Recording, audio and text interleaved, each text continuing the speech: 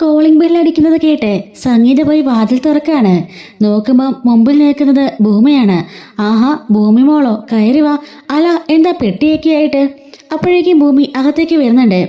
എന്താ മോളെ, അജയെ കാണാൻ വന്നതാണോ എന്ന് സംഗീത വീണ്ടും ചോദിക്കുന്നുണ്ട്. മുത്തശ്ശി, ഞാനിപ്പോൾ നിന്റെ കാര്യം ഓർത്തതേ ഉള്ളൂ. പാവം കുട്ടി അവിടെ ഒറ്റയ്ക്ക് എന്തെടുക്കുകയാണെന്ന് ഞാൻ ഓർത്തുകൊണ്ടിരിക്കുകയായിരുന്നു എന്ന് പറയുമ്പോഴേക്കും പെട്ടിയുമായിട്ട് അകത്തേക്ക് കയറി വരാണ്.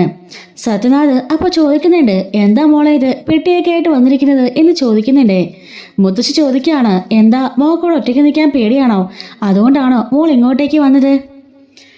മോക്ക് എത്ര ദിവസം വേണമെങ്കിലും ഇവിടെ നിൽക്കാട്ടോ.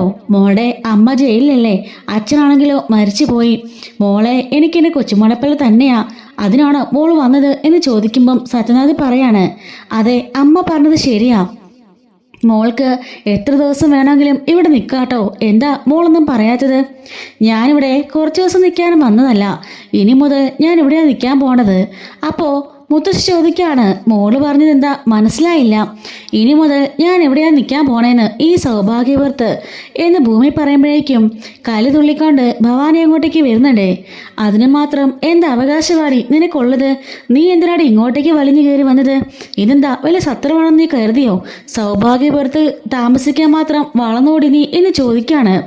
ഭവാനി, നിക്ക്, കുട്ടി സംസാരിക്കല്ലേ, സംസാരിക്കട്ടെ എന്ന് മുത്തശ്ശി പറയുന്നുണ്ട്. മുത്തശ്ശി, ഞാൻ ഇനി മുതൽ ഇവിടെ താമസിക്കാൻ പോണത് എൻ്റെ ജീവിതാവസാനം വരെ. അപ്പോഴേക്കും ഭവാനി വീണ്ടും വന്ന്, നീ എന്തൊക്കെയായി പറഞ്ഞത്? അതിന് നീ എന്തിനാ ഇവിടെ താമസിക്കുന്നത്? നീ ആരാടി? വഴിയിലിരുന്ന് വല്ല പലഹാരം കച്ചവടം ചെയ്യുന്നത് പലഹാര കച്ചവടക്കാരി. അപ്പോഴേക്കും അഞ്ജന വന്ന് പറയുന്നുണ്ട്, അവളുടെ തള്ള ജയിലിലും അച്ഛൻ മരിച്ചും പോയതോടെ അവളുടെ റിലേ പോയെന്ന് തോന്നുന്നു. ഇവൾക്ക് ഭ്രാന്താമേ, ഇവളിൽ കൊണ്ട് ആ ജയിലിലെങ്ങാണ് വിട് എന്ന് അഞ്ജന പറയുന്നുണ്ട്. സത്യനാഥ് അപ്പോൾ പറയാണ്, മോളെ നിക്ക്, അവളെ വഴക്ക് പറയാൻ വരട്ടെ. ഭൂമി, എന്തൊക്കെ ഇത് മോൾ എന്തൊക്കെയാ പറയുന്നത്? മോക്ക് അച്ഛൻ മരിച്ചു, അമ്മ ജയിലിലായി, അതോടുകൂടി മനസ്സിന് വലിയ വിഷമമുണ്ടെന്നൊക്കെ അച്ഛന് മനസ്സിലായി. എന്താ മോളെ എന്ന് ചോദിക്കുമ്പം, അച്ഛാ, ഞാൻ കള്ളം പറഞ്ഞതല്ല, ഞാനീ സൗഭാഗ്യപുരത്തെ പുത്രിയാ. മരിച്ചത് എൻ്റെ അച്ഛനുമല്ല, ജയിലിൽ കിടക്കുന്നത് എൻ്റെ അമ്മയല്ല, ഞാൻ അവളുടെ വളർത്തുമകൾ മാത്രമാണ് എന്ന് പറയുന്നുണ്ട്. മോൾ എന്തൊക്കെയാ പറയുന്നതെന്ന് സത്യനാഥൻ ചോദിക്കുകയാണ്. മുത്തശ്ശി ചോദിക്കുന്നുണ്ട്, ഭൂമി മോളെ, മോൾ എന്തായി പറയുന്നത്? മോൾ പറഞ്ഞൊന്നും ഞങ്ങൾക്ക് മനസ്സിലാവുന്നില്ല. ഈ കുടുംബത്തെ അവകാശിയോ? അതെങ്ങനെ ഈ കുടുംബത്തെ അവകാശിയാകും? ഇവിടുത്തെ കുട്ടികളെല്ലാം ഇവിടെ തന്നെ ഉണ്ട്. മുത്തശ്ശി മറന്നുപോയോ? ഇവരെ കൂടാതെ ഒരു കുട്ടി കൂടി ഇല്ലേ മുത്തശ്ശിക്ക്? അഭിരാമി, 3 വയസ്സിൽ കളഞ്ഞുപോയ അഭിരാമി. ആ അഭിരാമിയ മുത്തശ്ശി ഞാൻ എന്ന് പറയാണ്. ഇത് കേട്ട് എല്ലാവരും ഒന്ന് നടുങ്ങി നിൽക്കുകയാണ്. ഭവാനിയുടെ കാര്യം പിന്നെ പറയണ്ടല്ലോ. സത്യനാഥ് അപ്പോൾ ചിരിക്കുന്നുണ്ട്. എന്താ ഭൂമി മോളെ ഇത്? അഭിരാമിയുടെ കാര്യവും എൻ്റെ ഭാര്യയുടെ കാര്യമെല്ലാം മോക്കറിയാലോ, അതുകൊണ്ട് മോൾ ഇവിടെ വന്ന് ഇങ്ങനെ പറയുന്ന എന്തിനാ? ഞങ്ങളുടെ മനസ്സിൽ മോളുള്ള വില കളയരുത് കേട്ടോ എന്ന് പറയുന്നുണ്ട്. അപ്പോഴേക്കും ഭവാനി വന്നിട്ട്, കണ്ടോ ഇവളുടെ കള്ളത്തരം കണ്ടോ? നമ്മുടെ അഭിരാമി മോളാണ് പോലും എല്ലാ സത്യങ്ങളും ഇവൾ അറിഞ്ഞു വച്ചിരിക്കുകയല്ലേ. അതുകൊണ്ട് ഇനിയിപ്പോൾ ഇതാണ് ലക്കെന്ന് ഇവക്ക് തോന്നിക്കാണും. തന്ത പോയല്ലോ, തള്ളയും പോയി, ഇനിയിപ്പം നിൽക്കാൻ വേറെ സ്ഥലമില്ലല്ലോ. അപ്പോൾ ഓരോ കള്ളക്കഥ ഉണ്ടാക്കി ഇവളെങ്ങോട്ട് ഇറങ്ങിയിരിക്കുക. നിലനിൽപ്പില്ലാത്തത് കൊണ്ട് ഓരോ കള്ളം പറഞ്ഞ് ഇവിടെ കയറിക്കൊടാമെന്ന് ഇവൾ കരുതി കാണും. അതൊന്നും നടക്കാൻ പോണില്ലടി എന്ന് പറയുന്നുണ്ട്. ഭൂമി പറയാണ്, ഞാൻ ചുമ്മാ പറഞ്ഞതല്ല, സത്യം തന്നെയാണ് ഞാൻ പറഞ്ഞത്. അവരെൻ്റെ അമ്മയച്ഛനൊന്നും അല്ല. ഈ നിൽക്കുന്ന സത്യദാസാണ് എൻ്റെ അച്ഛൻ. കാണാതെ പോയതാണ് എൻ്റെ അമ്മ എന്ന് പറയുന്നുണ്ട്. അപ്പോഴേക്കും മുത്തശ്ശി ചോദിക്കുകയാണ്, മോൾ എന്തൊക്കെയാ പറയുന്നത്? മോൾക്കറിയാവുന്ന കാര്യങ്ങളൊക്കെ തന്നെയാണ് ഈ കുടുംബത്തിൽ നിന്ന് സംഭവിച്ച ട്രാജഡി. അത് വെച്ച് മോള് കഥയുണ്ടാക്കുവാണോ എന്ന് ചോദിക്കുകയാണ്. മാധവനും പറയുന്നുണ്ട്, അല്ല പിന്നെ, ഇത്ര വർഷം കാണാതെ പോയ മോള് പെട്ടെന്ന് എങ്ങനെ പൊട്ടിമുളച്ചു? അല്ല, മോക്കിതൊക്കെ എങ്ങനെ മനസ്സിലായി? മോളിതൊക്കെ എങ്ങനെ അറിഞ്ഞത്? ഇത്രയും വർഷം അറിയാത്ത കാര്യം പെട്ടെന്ന് മോൾ അറിഞ്ഞോ? അപ്പോഴേക്കും ഭൂമി പറയുന്നുണ്ട്, എൻ്റെ അച്ഛൻ കത്തിൽ ഒരു കാര്യം കൂടെ സൂചിപ്പിച്ചിരുന്നു. ഞാൻ ഈ സൗഭാഗ്യപുരത്തെ സത്യനാഥൻ്റെ കുട്ടിയാണെന്ന്. ഇവിടെയുള്ള ഒരാൾ തന്നെയാ എന്നെ അവർക്ക് കൈമാറിയത് എന്നും പറഞ്ഞു. ആര് കൈമാറിയെന്നാണ് നീ പറഞ്ഞത് എന്നും ചോദിച്ചുകൊണ്ട് ഭവാനി അവൾക്ക് നേരെ ചീറിപ്പാഞ്ഞു വരുന്നുണ്ട്.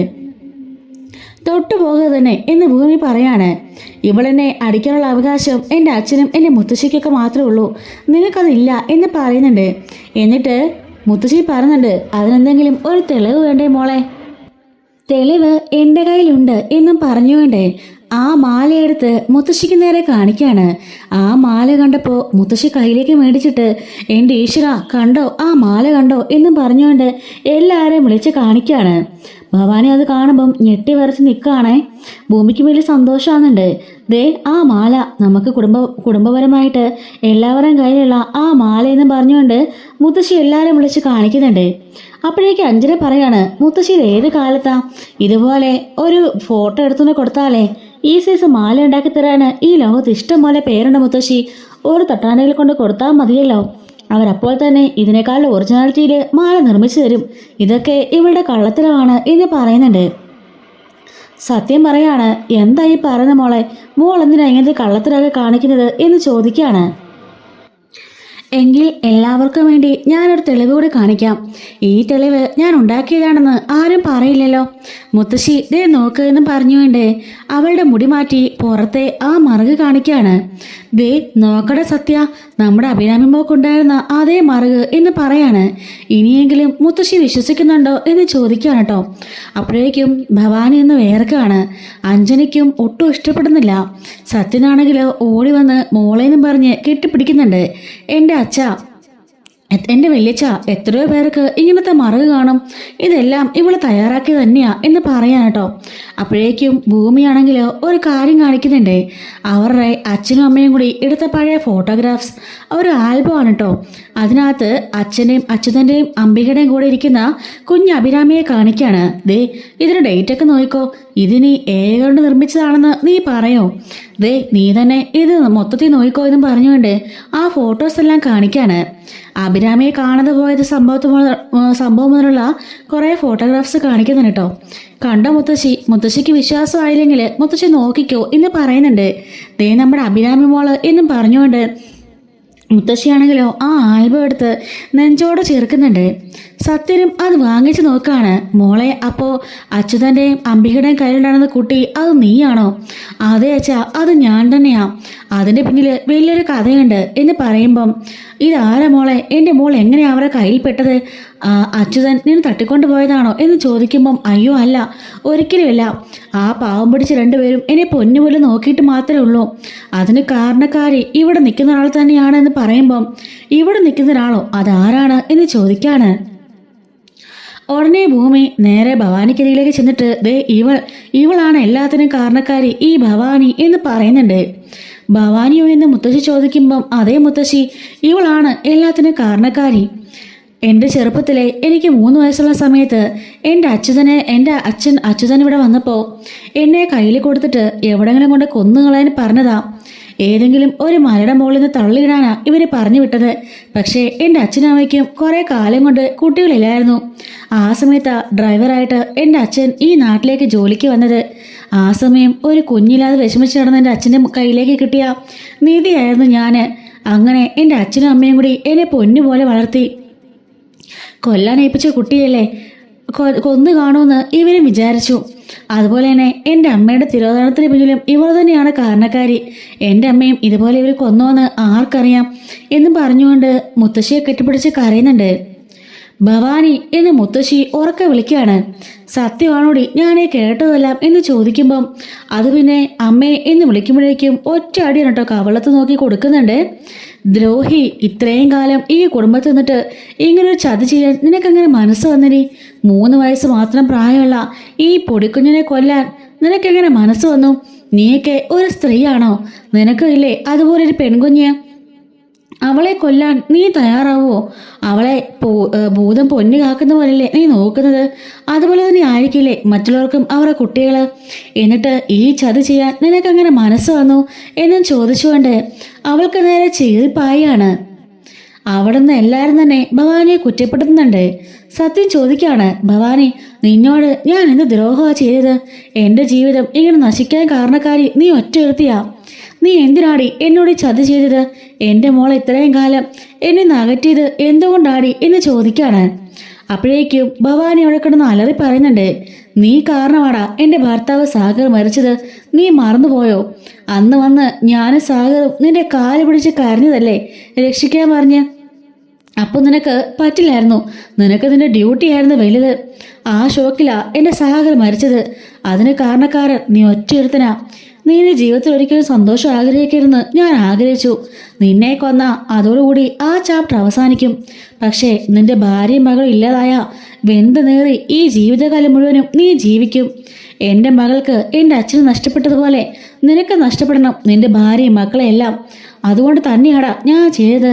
അതെ, ഇവൾ പറഞ്ഞത് ശരിയാ. ഇവള് ഭൂമിയല്ല, ഇവൾ അഭിരാമിയാ.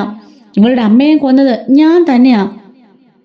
അച്ഛൻ്റെ കയ്യിൽ 3 വയസ്സുള്ളവളെ ഏൽപ്പിച്ച് കൊല്ലാൻ പറഞ്ഞു വിട്ടതും ഞാൻ തന്നെയാടാ എന്നും പറഞ്ഞുകൊണ്ട് സത്യന്റെ നേരെ ചിലക്കാണ്. അപ്പോഴേക്കും മുത്തശ്ശി വീണ്ടും പിടിച്ച് പോതിരെ തല്ലുന്നുണ്ട് കേട്ടോ. ഇനി ഒരിക്കലും നീ ഈ വീട്ടിൽ നിൽക്കാൻ പാടില്ല, ഇങ്ങോട്ട് ഇറങ്ങി വാടി എന്നും പറഞ്ഞുകൊണ്ട് അവളുടെ കയ്യെ പിടിക്കുന്നുണ്ട്. അപ്പോഴേക്കും സത്യനും അവളുടെ കയ്യെ പിടിച്ചിട്ട് ഇറങ്ങടി വെളിയില്. ഇനി ഇവിടെ നിൽക്കാൻ നിനക്കൊരവകാശമില്ല. ഭർത്താവ് മരിച്ചു പോയിട്ടും നിന്നെ സ്വന്തം മോളെ പോലെ കണ്ട് ഇവിടെ നിർത്തിയതല്ലടി ഞാൻ. എന്നിട്ട് നീ ഈ കുടുംബത്തോട് ചെയ്ത ചതി ഒരിക്കലും മറക്കാനാവില്ല എന്നും പറഞ്ഞുകൊണ്ട് പുറത്തേക്ക് വലിച്ചഴിച്ച് കൊണ്ടുപോവാണ്. സത്യൻ പറയുന്നുണ്ട്, അവൻ മരിച്ചെങ്കിൽ അവൻ ചെയ്ത തെറ്റിന്റെ ഫലമാണ് അവൻ കാണിച്ചത്. ആ മരുന്ന് നൽകി എത്ര പേരാ മരിച്ചെന്ന് നിനക്കറിയാലോ. അത് നമ്മുടെ അമ്മയുടെ പേരിലുള്ളതായിരുന്നു. നമ്മുടെ കുടുംബത്തിന് ട്രസ്റ്റിന് നഷ്ടപ്പെട്ടു. എന്നിട്ടും ഞാൻ നിങ്ങളെ സഹായിക്കാൻ തയ്യാറായിരുന്നു. അത് പറയാൻ വേണ്ടി ഞാൻ വന്നപ്പോഴാ അവൻ അങ്ങനെ ചെയ്തത്. അതെത്ര തവണ ഞാൻ നിന്നോട് പറഞ്ഞതാ. അതിന് ശിക്ഷയായിട്ട് എൻ്റെ ഭാര്യ നീ കൊന്നല്ലേ, എൻ്റെ മകളെ കൊല്ലാൻ പറഞ്ഞല്ലേ. ഒരു കൊലപാതകയായി നീ ഇനി ഒരിക്കലും നിൽക്കാൻ പാടില്ല എന്നും പറഞ്ഞുകൊണ്ട് അവളെ പുറത്തേക്ക് വലിച്ചെറിയുന്നുണ്ട്. അവൾ പുറത്തേക്ക് പോയി വീഴുകയാണ്. എന്നിട്ട് വാതിൽ കൊട്ടിയിടയ്ക്കാൻ കേട്ടോ. അഞ്ജനവിടെ നിൽക്കുന്നുണ്ടപ്പോൾ നീ ഇറങ്ങിക്കോ ഇവിടുന്ന്, ആ അമ്മയുടെ മകളല്ലേ നീ എന്ന് പറയുന്നുണ്ട് കേട്ടോ. അങ്ങനെ അഞ്ജനയെ കൂടി അവിടുന്ന് വലിച്ചിറക്കി പുറത്തിറക്കാണ്. ഈ സ്വപ്നം കണ്ടുകൊണ്ടാണ് നമ്മുടെ ഭവാനി ഞെട്ടി ഉണർന്നത്. സോഫയിൽ കിടന്ന് ഉച്ചമയക്കത്തിലായിരിക്കൂട്ടോ ഭവാനി. അവൾ ഞെട്ടി എഴുന്നേക്കാണ്. എന്നെ ഇറക്കി വിടല്ലേ, എന്നെ തല്ലല്ലേ എന്നൊക്കെ പറഞ്ഞായിരിക്കും അവൾ ചാടി എഴുന്നേക്കുന്നത്. എന്താമേ, അമ്മയ്ക്ക് എന്ത് പറ്റി? പകൽ സ്വപ്നം കാണാനാണ് കിടന്ന്. വലിയൊരു സ്വപ്നം. ആ സ്വപ്നം കണ്ട് ഞാൻ വിറച്ചു പോയി. ഇല്ല, ഇനി ഒരിക്കലും അവൾ ഉണ്ടാവാൻ പാടില്ല. ആരെക്കുറിച്ച് അമ്മയെ പറയുന്നേ? ആ ഭൂമി. അവൾക്ക് നമുക്കൊരു ഭീഷണിയാ. അവൾ എങ്ങനാമേ നമുക്ക് ഭീഷണിയാവുന്നത്? നിനക്കറിയില്ലേ, അവളിപ്പോൾ ഏതു നേരം ആ അജയുടെ കൂടെയാ. അവളെ അവനെ വിവാഹം കഴിച്ചാലേ അതോടുകൂടി എല്ലാം അവസാനിക്കും. അതെന്താ നിനക്കറിയില്ലേ എന്ന് ചോദിക്കാണ്. അത് പിന്നെ നീ അങ്ങനെ പറഞ്ഞോ? ഇവളെൻ്റെ മനസ്സ് ആകെപ്പാട് ടെൻഷനില്ല. നിനക്കൊന്നും അറിയണ്ടല്ലോ. എങ്ങനെയെങ്കിലും നിന്നെ ഞാൻ ഈ കുടുംബത്തൊന്ന് ഉറപ്പിച്ചു നിർത്താൻ നോക്കാം. ഈ സൗഭാഗ്യപുറത്ത് കോടിക്കണക്കിന് സ്വത്തുക്കളുണ്ട്. അതെല്ലാം നമ്മുടെ കയ്യിലേക്ക് വരണമെങ്കിൽ നീ അജയെ വിവാഹം കഴിക്കണം. അതിനുവേണ്ടിയാ ഇത്ര വർഷമായിട്ടും ഞാനിവിടെ പിടിച്ചു നിൽക്കുന്നത്, നിനക്ക് വേണ്ടി, ഈ സ്വത്തിന് വേണ്ടി എന്ന് ഭവാനി പറയുന്നുണ്ട്. അമ്മേ, ഞാൻ ശ്രമിക്കാഞ്ഞിട്ടാണോ? പക്ഷേ അജയ് പിടി തരണ്ടേ? ആ ഭൂമിയാണെങ്കിൽ എന്തൊക്കെയോ കൈവശം കൊടുത്ത് അവനെ മയക്കി വെച്ചിരിക്കാം. അത് മാത്രമല്ല, അവനവൻ്റെ പഴയ ലവറിൻ്റെ കാര്യം പറയുന്നുണ്ട്. അതൊക്കെ ഫേക്കാ. വെറുതെ കല്യാണം മുടക്കാനുള്ള അവൻ്റെ അടവാ. അവൻ്റെ മനസ്സ് നിറയെ ആ ഭൂമി മാത്രമേ ഉള്ളൂ. അമ്മ എങ്ങനെയെങ്കിലും ഈ കല്യാണം ഒന്ന് നടത്താൻ നോക്ക്. ഞാൻ ശ്രമിക്കാഞ്ഞിട്ടാണോ? എന്തായാലും ദീപാവലിയൊക്കെ വരികയല്ലേ. ആ സമയം കൊണ്ട് നമുക്കതൊരു തീരുമാനമാക്കണം. എത്രയും പെട്ടെന്ന് നിങ്ങൾ നിശ്ചയം നടത്തി വെക്കണം. അതിനും പെട്ടെന്ന് തന്നെ കല്യാണം. എന്നിട്ട് പിന്നെ നിന്റെ തീരുമാനമാണ് ഇവിടെ എല്ലാം. വേറെ ആരെന്ത് പറഞ്ഞാലും അതൊന്നും നീ മൈൻഡാക്കേണ്ട കാര്യമേ ഇല്ല. നിന്റെ അച്ഛൻ്റെയും നിന്റെയും വീതം നിന്റെ കയ്യിലിരിക്കണം. മനസ്സിലായോടി എന്ന് പറയുമ്പം അതൊക്കെ എനിക്കറിയാമേ എന്ന് പറയാണ്. ഭൂമി അങ്ങനെ കമലിനെ വിളിക്കുന്നുണ്ട്. എന്തായി കമൽ, അവളുടെ കാര്യത്തിൽ വല്ല തീരുമാനം ഉണ്ടാവുമോ? എൻ്റെ പൊന്നു മേഡം, ഞാൻ ശ്രമിക്കാഞ്ഞിട്ടല്ല. പക്ഷെ അവൾ പോകുന്നിടത്തൊക്കെ CCTV ഉണ്ട്. അതുപോലെ ആ അജയ് ഉണ്ടല്ലോ, നിങ്ങളുടെ അനന്തരവൻ, അവൻ എപ്പോഴും അവളുടെ പിന്നാലെ തന്നെയുണ്ട്. ഒരു തവണ പിടിക്കപ്പെട്ടു ഞാൻ കരുതിയതാ. ഭാഗ്യത്തിനാ രക്ഷപ്പെട്ടത്. ഇപ്പം അവർക്കെല്ലാവർക്കും ഏതൊരു കൊലയാളി പിന്നാലെ ഉണ്ടെന്ന് അറിയാവുന്നതുകൊണ്ട് തന്നെ അവരാകെപ്പാടെ ശ്രദ്ധയില്ല. അവരൊരു തരത്തിലും വിട്ടു തരുന്നില്ല. ഞാൻ ശ്രമിക്കാഞ്ഞിട്ടാണോ മേഡം എന്ന് ചോദിക്കാണ്. അതൊന്നും എനിക്കറിയില്ല. അവള് ആ ഭൂമി ആ വീട്ടിൽ ഒറ്റയ്ക്കല്ലേ. അവൾ തനിക്ക് നല്ലൊരു അവസരമല്ലേ. എങ്ങനെയെങ്കിലും അവളെ കൊല്ലാൻ നോക്ക്. അതേ ഉള്ളൂ ഇനിയൊരു മാർഗം. മേഡം, ഇപ്പം അവിടെ ഒരു കൊല നടന്നുകൊണ്ട് തന്നെ എല്ലാവരുടെ ശ്രദ്ധ ആ വീട്ടിലേക്കുണ്ട്. പിന്നെ അവരുടെ കൂടെ ജോലി ചെയ്യുന്ന ആ സ്ത്രീയും ഉണ്ട്. അതുകൊണ്ട് അതത്ര എളുപ്പമല്ല. എല്ലാവരും നല്ല അലേർട്ടാണ്. അവർക്ക് എന്തെങ്കിലും സംഭവിച്ചാൽ ആ അംബിക പുറത്താവില്ലേ? ഇവളെ ആരെങ്കിലും കൊന്നാല് അംബികയല്ല അതിന്റെ പിന്നിൽ നിന്ന് മനസ്സിലാവുമല്ലോ. എടാ അതിനൊന്നും സാധ്യതയില്ല. അംബികയ്ക്കെതിരെയാണല്ലോ എല്ലാ തെളിവുകളും. ആ ഒരു ലെറ്റർ പോലും ഈശ്വരനായിട്ട് അവർ തന്നെ ഉണ്ടാക്കി വെച്ചതല്ലേ, നമ്മളായിട്ടല്ലല്ലോ. അതുകൊണ്ട് നമ്മൾ പേടിക്കണ്ട. ഭൂമിയുടെ കഥ എങ്ങനെയെങ്കിലും അവസാനിപ്പിക്കണം. വീടില്ലെങ്കിൽ എങ്ങനെയെങ്കിലും ഒരു ആക്സിഡന്റ്. അവളെപ്പോഴും സ്കൂട്ടി ചുറ്റി നടക്കുന്നതല്ലേ, അതുകൊണ്ട് ഒരു ആക്സിഡന്റ് ആയിരിക്കും എപ്പോഴും നല്ലത്. ആളൊഴിഞ്ഞ CCTV ഇല്ലാത്ത ഒരു സ്ഥലം നോക്കി നീ സെലക്ട് ചെയ്യുക. എങ്ങനെയെങ്കിലും ഭൂമിയെ നശിപ്പിച്ച് കളാം എന്ന് പറയുമ്പം ശരി മേഡം ഞാനൊന്ന് നോക്കട്ടെ എന്ന് പറഞ്ഞ് കട്ടാക്കാണ്. ഭവാനി അങ്ങോട്ടും ഇങ്ങോട്ടും നടക്കുന്നുണ്ട് കേട്ടോ. അപ്പോഴേക്കും അങ്ങോട്ടേക്ക് സംഗീത കയറി വരുന്നുണ്ട്. എന്താ ഭവാനി, ആകെപ്പാടെ ദേഷ്യത്തിലാണല്ലോ, എന്ത് പറ്റി? ഏയ് ഒന്നുമില്ല, ഞാൻ അജയുടെ കാര്യം ആലോചിക്കുകയായിരുന്നു. ഇപ്പൊ അജയ്ക്ക് എന്ത് പറ്റി? അല്ല, അവൻ അഞ്ജനയോട് കാണിക്കുന്ന അകൽച്ച അഞ്ജനയ്ക്ക് അത് ഭയങ്കര സങ്കടം ഉണ്ടാക്കുന്നുണ്ട്. എത്രയും പെട്ടെന്ന് ഈ നിശ്ചയം നടത്തണം. അതിനെന്താ, അമ്മ പറഞ്ഞതല്ലേ നടത്താന്ന്. ഈ ദീപാവലി കഴിയുന്നതോട് കൂടിയിട്ട് അത് നമുക്ക് ഉറപ്പിക്കാം. അതിന്റെ കാര്യത്തിൽ ഇനി പേടിയൊന്നും വേണ്ട. അഞ്ജന മോളെ ഞങ്ങൾക്ക് എല്ലാവർക്കും ഇഷ്ടമാണ്. അതുകൊണ്ട് ഭവാനിക്ക് ആ ഒരു പേടി വേണ്ട. എങ്കിലും അജയോട് നീ ഇത് പറഞ്ഞ് മനസ്സിലാക്ക്. അവന്റെ സ്വന്തം അമ്മാവന്റെ മകളല്ലേ. അവളുടെ ജീവിതം സേഫ് ആക്കേണ്ടത് അവന്റെ കൂടെ ഉത്തരവാദിത്തമല്ലേ. നമ്മുടെ കുടുംബത്തിൽ തന്നെ നമ്മുടെ കുട്ടി നിൽക്കുന്നതല്ലേ ഏറ്റവും നല്ലത്. നമ്മളുടെ എല്ലാവരും ഒരു കണ്ണ് അവളുടെ മേലെ ഉണ്ടാവുമല്ലോ. നമുക്ക് എല്ലാവർക്കും അതൊരു സന്തോഷമല്ലേ. നമ്മുടെ മുമ്പിൽ കളിച്ചുള്ളുന്ന കുട്ടികൾ നമ്മുടെ മുമ്പിൽ തന്നെ ജീവിക്കുന്നത് കാണുമ്പോൾ നമുക്കൊരു സന്തോഷമല്ലേ എന്നൊക്കെ ഭവാനി ചോദിക്കുമ്പം അമ്മയോട് ഞാൻ പ്രത്യേകം പറയാം ഭവാനി എന്നും പറഞ്ഞുകൊണ്ട് സംഗീത അവിടെ നിന്ന് ഇറങ്ങിപ്പോവാണ്. പറയടി പറ, ഈ കല്യാണം ഒന്ന് കഴിഞ്ഞോട്ടെ, എല്ലാത്തിലും ഞാൻ വരച്ച വരൽ നിർത്തും എന്ന് ഭവാനി അവിടെ നിന്നുണ്ട് സ്വയമേ പറയാണ് കേട്ടോ. വരാൻ പോകുന്ന സ്റ്റോറീസിൻ്റെ ഒക്കെ അപ്ഡേറ്റ്സ് നമ്മുടെ ചാനലിലൂടെ എല്ലാ ദിവസവും ഉണ്ടാവുമേ. മിസ്സാവാതിരിക്കാൻ ചാനലൊന്ന് ഹൈപ്പ് ചെയ്ത് ലൈക്ക് ചെയ്ത് സബ്സ്ക്രൈബ് ചെയ്ത് സപ്പോർട്ട് ചെയ്യണേ. Thanks for watching.